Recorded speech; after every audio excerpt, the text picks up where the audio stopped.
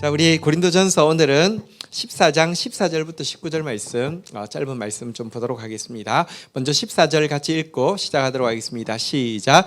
내가 만일 방언으로 기도하면 나의 영이 기도하거니와 나의 마음은 열매를 맺지 못하리라. 자, 예언의 은사, 방언의 은사에 대해서 이제 오늘 아침부터 이렇게 쭉 말씀이 있는데요.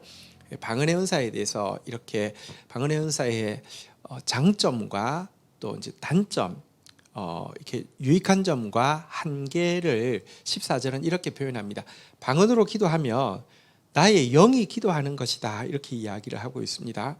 방언은요, 영이 기도한다는 게 어떤 뜻이냐고 하면 성령께서 나는 빌바를 알지 못하지만 진짜 내 영혼이 하나님 앞에 기도해야 될 내용을 방언을 기도할 때 막 쏟아지게 기도하는 것입니다. 그래서 사실 방언으로 기도하고 있는 게 내 영이 기도하는 것입니다. 또 한 가지는 방언으로 기도할 때 기도는 일방통행이 아니라 쌍방통행입니다. 내 고백이 끝나고 나면 하나님이 나한테 영으로 비밀을 말씀하시는 경우도 있습니다. 비밀이라고 해서 무슨 이상한 게 아니라 깊은 진리를 하나님이 내 입술의 방언을 통해서 막 이야기하실 수 있습니다. 그래서 이것은 굉장히 내가 무슨 뜻인지 몰라도요, 굉장히 유익한 것입니다. 지난주에도 말씀드렸지만 방언의 은사가 사실은 굉장히 좀 우리에게 필요한 이유가 뭐냐고 하면 대다수는 신앙생활을 해도 지성과 논리의 세계 정도에 머무르고 있습니다. 내 생각해보고 그게 맞는 것 같아 하면 그렇게 하고 뭐 이런 정도였습니다. 그런데 방언의 은사가 임하고 나면 지성과 논리에만 매여 있던 사람이 지성과 논리의 세계를 뛰어넘는 영의 세계로 발돋움하게 되는 데는 방언의 은사가 굉장히 직격의 효과가 있습니다. 그러니까 트랜지스터 같은 역할을 해주는 것이죠. 그러니까 이 세계밖에 없는 줄 알았는데 다른 세계가 있다는 것을 말로는 들었는데 내가 직접 체험하는 데에는 방언의 은사가 굉장히 중요하고요. 또 이런 것을 떠나서 그 내용을 모른다 하더라도 방금 말씀드린 대로 분명히 내 영혼이 성령을 통해서 고백하는 내용, 혹은 하나님께서 나에게 영적인 진리를, 깊은 진리를 알려주시는 내용입니다. 말은 못 알아들을 수도 있습니다. 지난주에도 말씀드렸지만 내가 꽃한테 아유 이쁘다 하면 꽃이 이렇게 더 잘 피고요. 아유 내 사랑해 해도 잘 피지만 모르는 아랍어로 이렇게 사랑한다고 이야기해도 못 알아들은 것 같지만 그게 그냥 못 알아들어도 똑같은 영향을 끼치는 것처럼 방언을 몰라도 분명히 영으로 기도한 건 맞습니다. 그렇지만 한계는 있습니다. 한번 따라하겠습니다. 나의 마음은 열매를 맺지 못하리라. 여기 마음이라는 단어는 영어로는 마인드라고 되어 있는데요. 이 마인드는, 영어 마인드는 주로 지성을 이야기할 때 표현하는 것입니다.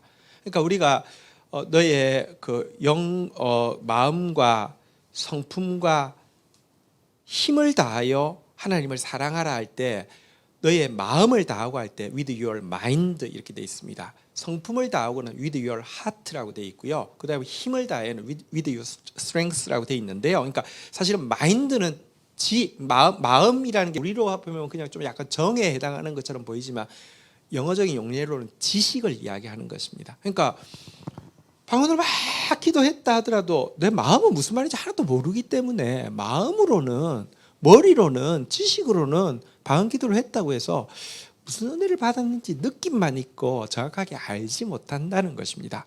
자, 그러면 어떻게 해야 할까요? 방언 기도를 해야 할까요? 아니면 방언 기도를 하지 말아야 할까요? 어떻게 하는 것이 좋겠습니까? 좋은 점도 있는데 또 한계도 있습니다. 어떻게 하는 것이 좋겠습니까? 제가 답을 우리 어머니가 현장 예배 드리시는 분은 이런 게 좋습니다. 막 이렇게 우리 어머니가 해야지 이렇게 이야기했습니다. 자, 제가 우리 이제 그 큐티 캠프를 이렇게 옛날에 쭉 했었는데 저는 이제 내게로 돌아오리라 말씀을 주시고는 하나님이 허락하시면 다시 큐티 캠프, 청소년들 위한 캠프 할 수 있으면 좋겠다, 그런 소원을 가지고 기도를 시작하게 됩니다.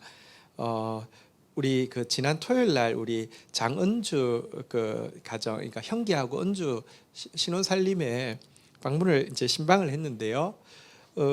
신혼부부인데 은주가 음식을 준비를 했어요. 근데 잘했어요. 굉장히 잘했어요. 그래서 밥 먹으면서 근데 은주가 그러는 거예요. 자기는 이제 결혼도 했고 나이도 많고 하니까 제가 뭐 하겠습니까? 주티 캠프 하면 주방팀 들어가는 게 꿈이라고 그래서 되게 반가웠었습니다. 근데 제가 주티 캠프 할 때 한 가지 장면이 좀 기억이 납니다. 그때 이제 안성 수양관이라는 곳을 이제 빌려서 하는데 저희가 메인 홀하고 숙소 대부분을 빌렸는데 조그마한 홀 하나 한 4, 50명 들어가는 홀을 어떤 교회인지 단체인지가 빌려가지고 같이 수련을 하고 있었습니다. 근데 문제는 이제 쉬는 시간에 그 로비에 컴퓨터가 2대인가 있는데 우리 그 아이들 막 한 뭐 700명, 800명 우리 아이들이 왔는데도 쉬는 시간에 그러니까 다 은혜를 사모하고 하다 보니까 컴퓨터가 있다고 해서 게임을 하거나 이런 경우가 전혀 없었는데 여기 굉장히 적은 아이들이 왔는데 쉬는 시간마다 그 컴퓨터를 차지하고 게임을 하고 하니까 아무래도 이제 지나다니는 우리 그 캠프에 온 아이들한테도 좀 좋지 않은 영향이 있는 것 같아서 좀 신경이 많이 쓰였습니다. 그래서 이 단체는 뭐 하는 단체인가 싶어서 한번 가보았습니다. 가봤더니 쉬는 시간에는 뭐 게임을 하는데요.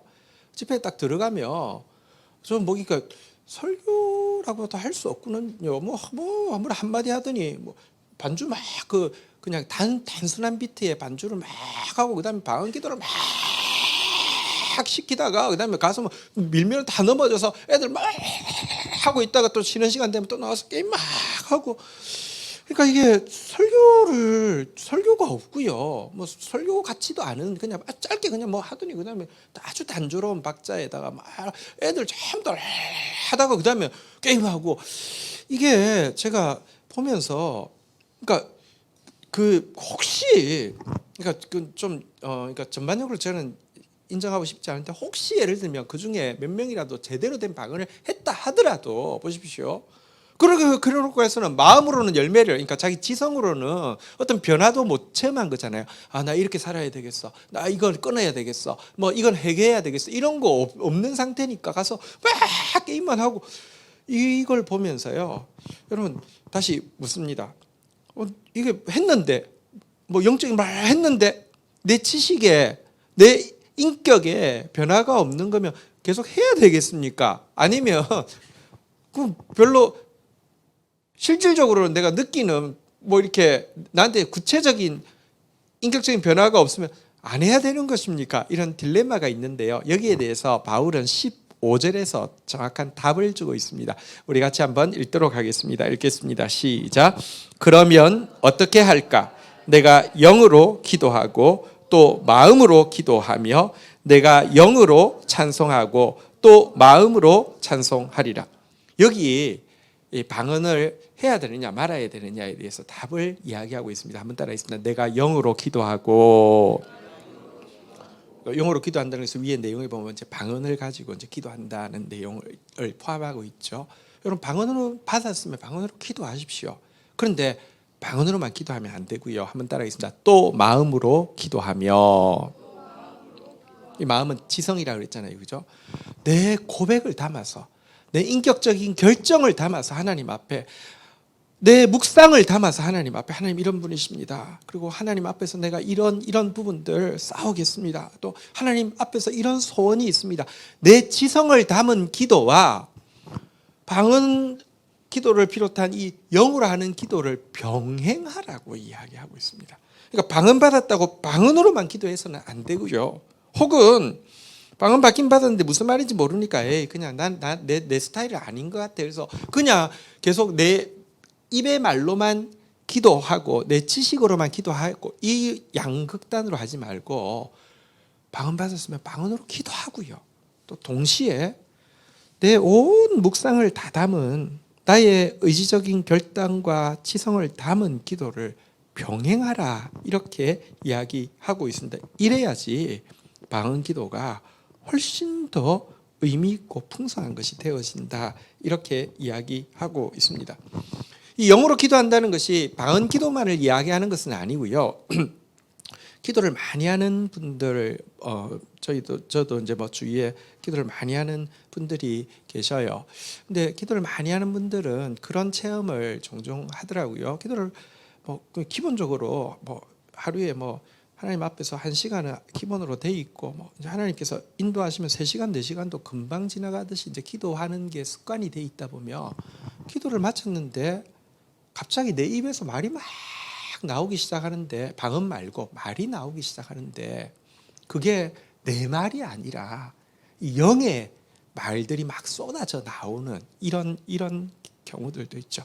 그러니까 이런 기도와 내 지성의 기도, 또 방언 기도, 이런 기도들이 함께 해야지만, 여러분 이게 우리가 이 양극단으로 가면 어떤 문제가 있냐고 하면요, 방언으로만 하면요 몰이성해질 수 있습니다.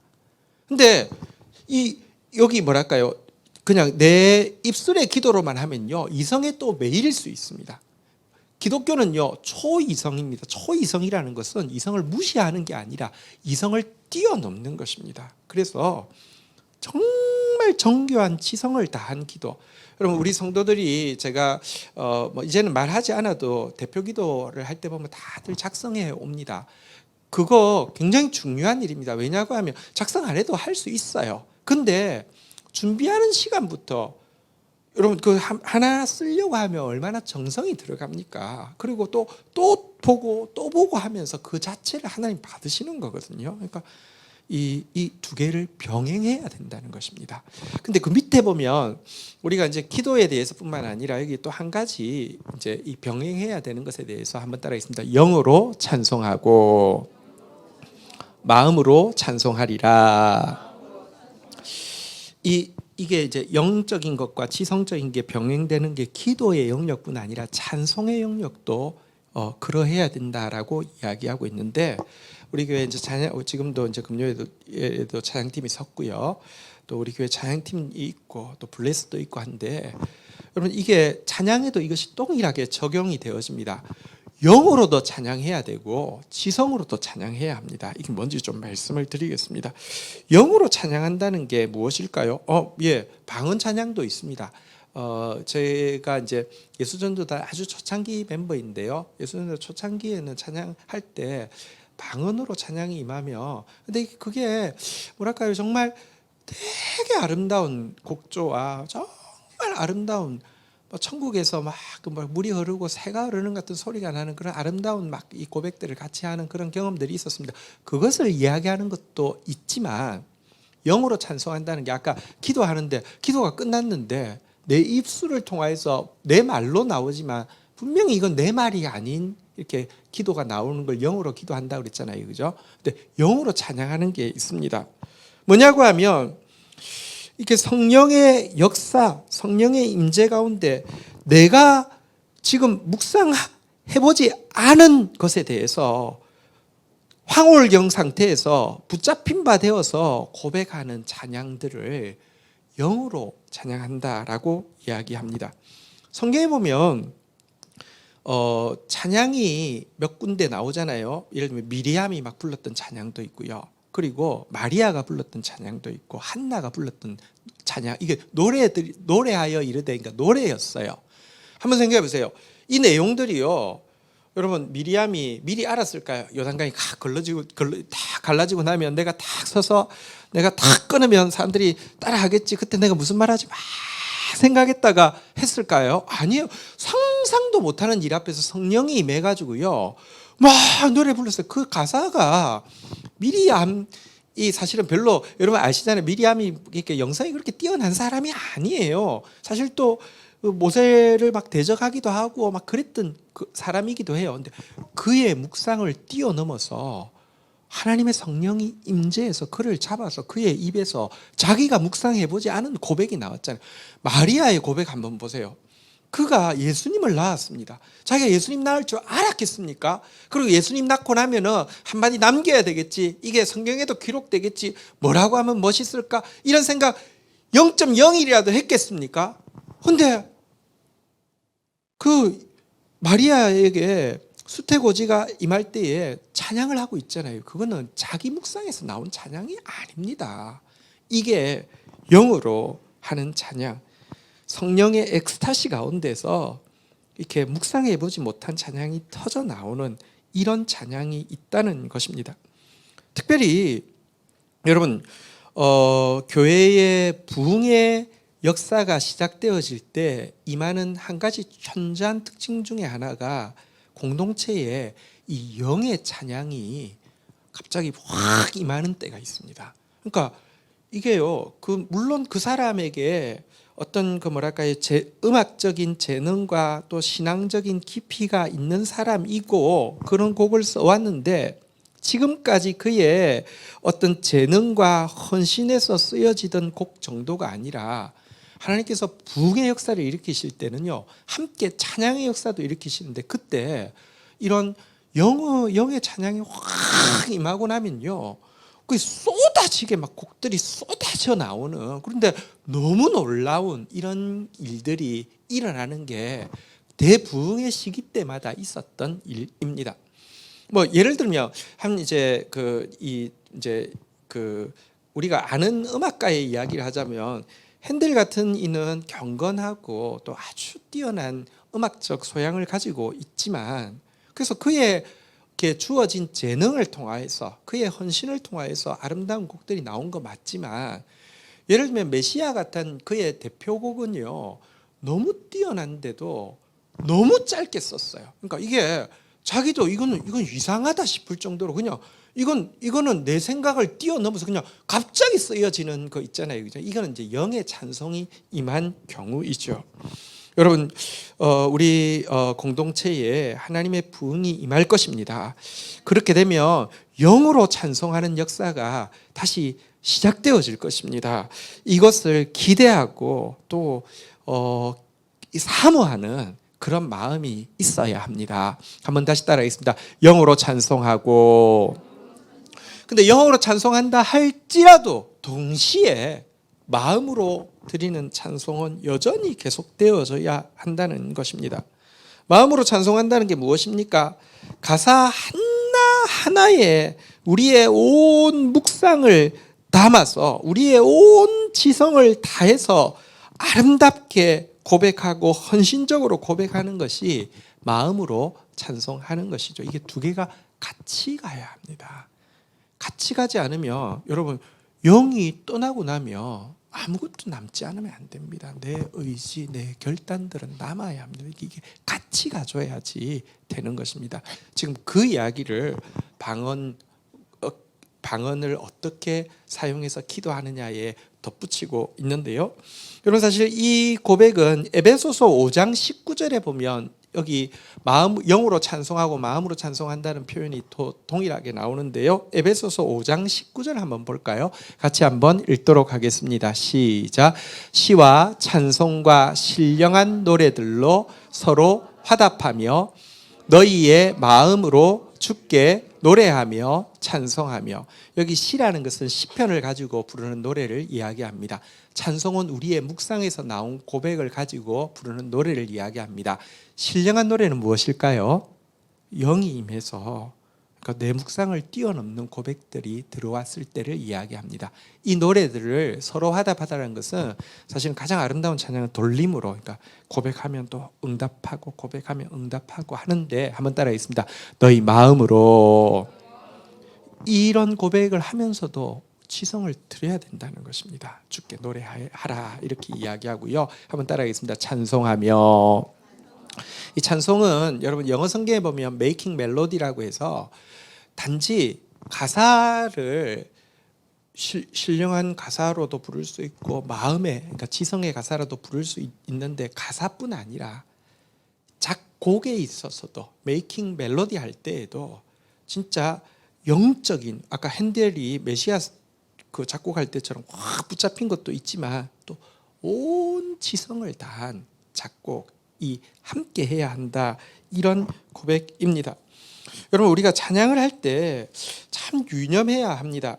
어거스틴이 이런 이야기를 했어요. 찬양은 경건에 큰 도움이 되지만 동시에 교모한 현혹에 빠질 수 있다. 그러니 굉장히 경계하며 살펴야 한다라고 했습니다. 왜냐고 하면 여러분, 사실은 루시퍼가 찬양하는 자였잖아요. 그죠? 찬양이요. 이게 아주 도움되는 것 같지만 되게 교묘하게 현혹할 수도 있다는 사실을 생각해야 합니다. 한번 보십시오. 찬송가를 딱 듣는데요. 일단 작곡가의 뛰어난 기교가 막 느껴져요. 와, 엄청 탁월한데. 혹은 작사가의 가사에 미사 여구가 막 넘쳐나요. 그리고 그걸 어떤 성악가가 부르는데 그 사람의 그 성량과 음역대에 막 감동을 해요. 그리고 게다가 요즘은 성악가가 아무리 잘해도 아이돌이 워낙 잘하는 사람이 많은데 그 아이돌은 인기마저 있어요. 그러면 와 하지만 정작 그게 찬양이 안 될 수 있고요. 안 되는 건 그냥 세상 노래 부른 거는 괜찮은데 찬양인 것처럼 했는데 찬양이 안 될 때는요 굉장히 부작용이 많습니다. 나는 굉장히 찬양한 것처럼, 찬양하니까 홀리한 것처럼, 우리가 찬양 부르는 데를 성가대라고 하잖아요. 성스러운 것처럼 하지만 전혀 성스럽지 않기 때문에 그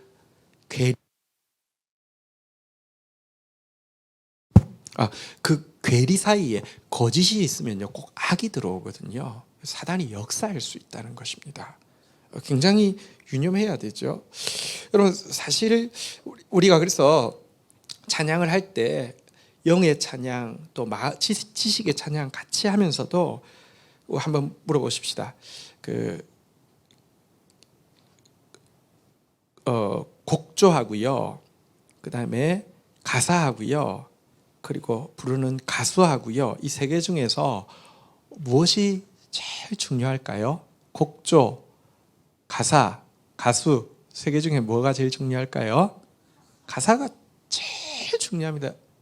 바른 묵상이라고 하면 가사는 곡조 있는 성경이기 때문에 가사가 제일 중요합니다. 가사에 대한 묵상 없이 곡조가 너무 좋아.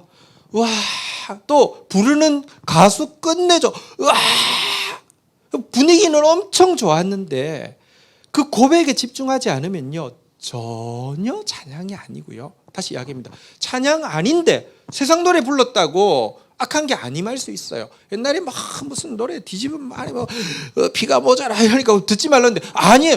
찬송가를요 부르는데 진짜 하나님이 받지 않으면 사단이 꼭 역사한다니까요.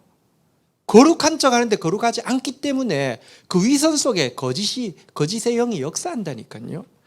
근데 제가 왜 이런 이야기를 하냐고 하면, 여러분 이제 우리 사회도 이미 기독교는 하나의 문화처럼 되어져서요.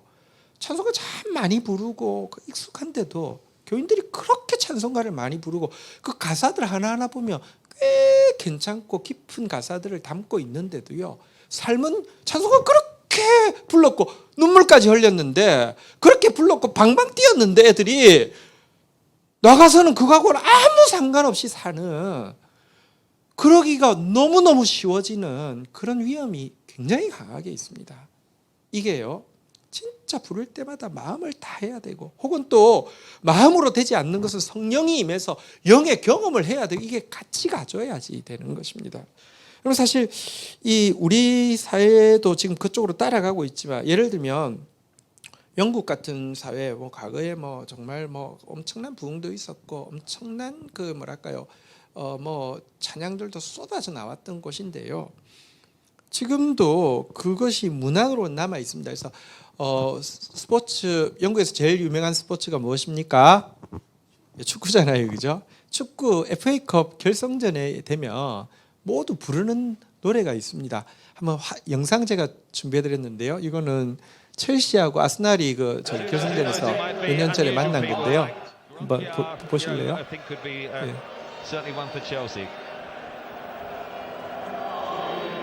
네. 근데 이 가사가 이거 혹시 들어본 노래입니까? 안 들어본 노래죠. 근데 이게 유명한 찬송가입니다. 찬송가 그대로 부른 겁니다. 제 가사 한번 불러드릴게요. 한글로 번역해서 불러드릴게요. 때 저물어 날 이미 어두니 구주여 나와 함께 하소서. 내 친구 나를 위로 못할 때 날 돕는 주여 함께 하소서. 내 사는 날이 속히 지나고 이 세상 영광 빨리 지나네. 이 천지 만물 모두 변하나 변찮는 주여 함께 하소서. 주 홀로 마귀 물리치시니 언제나 나와 함께 하소서. 하소서. 주 같이 누가 보호하리까. 사랑의 주여 함께 하소서. 이 육신 새해 눈을 감을 때 십자가 밝히 보여주소서. 내 모든 슬픔 위로하시고 생명의 주여 함께 하소서. 엄청 은혜로운 찬양인데요, 전부 떼창을 하는데요, 아무도 이 분위기, 이 그냥 익숙한 분위기 때문에 부르지 이거 한 사람도 묵상하는 사람 없습니다. 이게요. 그러니까 그런데 이게 보십시오. 기독교인 나 다 알아. 나 기독교인이야 하는데요, 실제로는 말씀하고 아무 상관없이 살고요. 그렇게 해서 보이는 그 모습들 때문에 기독교는 아무 소용없어. 그렇게 만든다니까요. 그래서 정말 기도할 때도 찬양할 때도 영으로 우리를 초월하는 영과 또 우리의 온 마음을 다하는 우리의 온 마인드를 다하는 지성, 이거 합쳐서 사용하라, 이렇게 바울이 이야기하고 있는 내용입니다. 자, 우리 16절로 한번 보도록 하겠습니다. 16절 17절 교독하겠습니다. 그렇지 않으면 내가 영으로 축복할 때에 알지 못하는 처지에 있는 자가 내가 무슨 말을 하는지 알지 못하고 내 감사에 어찌 아멘을, 한번 보십시오. 그러니까 그러면 이제 회중 예배 때 탁 나왔습니다. 근데 성령의 방언이 임했습니다. 그래서 그 내용은 축복하는 내용입니다. 그래서 했는데 밑에 사람이 이거 아멘할 타이밍도 못 잡겠고, 이게 축복하는 내용이지만 저기 감사합니다라고 아멘을 하려고 해도 무슨 내용인지 모르면 아멘 못할 것 아닙니까? 그렇죠? 자, 17절 한번 읽어볼까요? 같이 읽겠습니다. 17절 읽겠습니다. 시작. 너는 감사를 잘하였으나 그러나 다른 사람들은 덕세움을 받지 못. 지금 기도한 사람은, 방언으로 기도한 사람은 하나님의 축복을 막 이야기했으니까 하나님 앞에 감사합니다라는 고백을 했을지 모르지만 밑에 있는 사람들은 아무런 의미가 없잖아요. 그러니까 공적 예배에서는 방언은 개인의 기도를 위해서, 개인의 덕을 위해서 주신 것이니 공적 예배에서는 사용하는 것 아니다, 이렇게 지금 이야기를 하고 있는 것입니다. 자, 18, 19절 이제 정리하는 내용입니다. 교독하겠습니다. 내가 너희 모든 사람보다 방언을 더 말함으로 하나님께 감사하노라. 19절 같이 읽겠습니다. 시작. 그러나 교회에서 내가 남을 가르치기 위하여 깨달은 마음으로 5마디 말하는 것이 1만 마디 방언으로 말하는 것보다 나으니라. 바울은 방언이 가치 없다고 이야기하지 않습니다. 아까도 이야기한 것지만 영으로 하나님께 기도하는 것입니다. 얼마나 대단한 것입니까? 지성의 세계를 넘는 초이성의 세계로 들어가는 것입니다. 얼마나 대단한 것입니까? 그렇다 할지라도 공동체 안에서는 깨달은 마음으로 5마디 하는 것보다 주님은 정말 선하셨습니다. 내 고백을 담아서 하는 말이요, 1만 마디 방언으로 설교를 하고 막 하는 것보다 훨씬 낫다라고 이야기하면서 교회 덕을 위하여서 공동체 공적인 예배에서는 이렇게 그 방언이 꼭 방언을 할 때에는 통역이 있을 때에 방언을 할 수 있지만 공예배에서 공적 집회에서는 예언의 말씀으로 또 깨달은 나의 지식의 말씀으로, 마음의 고백으로 해야 한다, 이렇게 이야기하고 있는 내용이었습니다. 어쨌든 우리가 지금 영적인 부분들에 대해서, 방언, 예언, 이 은사들에 대해서 좀 이야기하고 있을 때 우리 한 가지 좀 생각하십시다. 교회들이 은사들을 막 강조하는데 말씀 없이 임한 은사들 때문에 막 무당푸닥거리가 된 교회들이 너무 많습니다. 말씀 없는 성령의 역사는요, 무당푸닥거리에 지나지 않습니다. 그러나 말씀 하다가 성령의 역사를 제한하고, 성령의 역사는 또 내 이성을 뛰어넘으니까 이렇게 통제가 안 되니까 거룩한 혼동, 그러니까 이제 그러니까 여러분 뭐 세탁기 퍼지 기능 있잖아요, 그죠? 그러니까 그 홀리한 퍼지 기능, 퍼지의 역사, 이런 역사를 내가 이성으로 받아들일 수 없으니까 재단에서 아예 배제한 경우도 많고요. 혹은 여전히 지금도요, 은사주의 교회들 가면 막 이성은 하나도 안 변하는데 막 이러는데도 아직도 여전히 있습니다. 둘 다 하나님의 역사를 굉장히 제한할 뿐더러 욕되게 하는 것입니다. 우리 교회는 말씀의 빛과 성령의 불이 함께하는 것을 꿈꾸는 교회입니다. 그래서 진짜 우리 기도할 때요, 마음을 다한 기도도 하지만 영으로 하는 기도가 공동체 가운데 막 임하고요. 우리 찬양할 때도요, 마음 다한 고백, 마음 다한 아름다운 곡조에 정말 성령 앞에서 절제하는 그 싱어들, 또 성령에 붙잡힌 바 되어진 가사, 또 성령의 앞에서 이렇게 사로잡힌 그런 곡조와 함께 드려지는 이 고백들, 이런 고백들도 일어나고, 이런 기도, 이런 찬양, 이런 예배로 우리 공동체 예배가 회복되어지기를 사모하는 마음, 오늘 말씀 앞에서 함께 가지기를 축복합니다. 자리에서 일어서시겠습니다. 우리 같이 한번 찬양으로 주님 앞에 고백하며 나가도록 하겠습니다.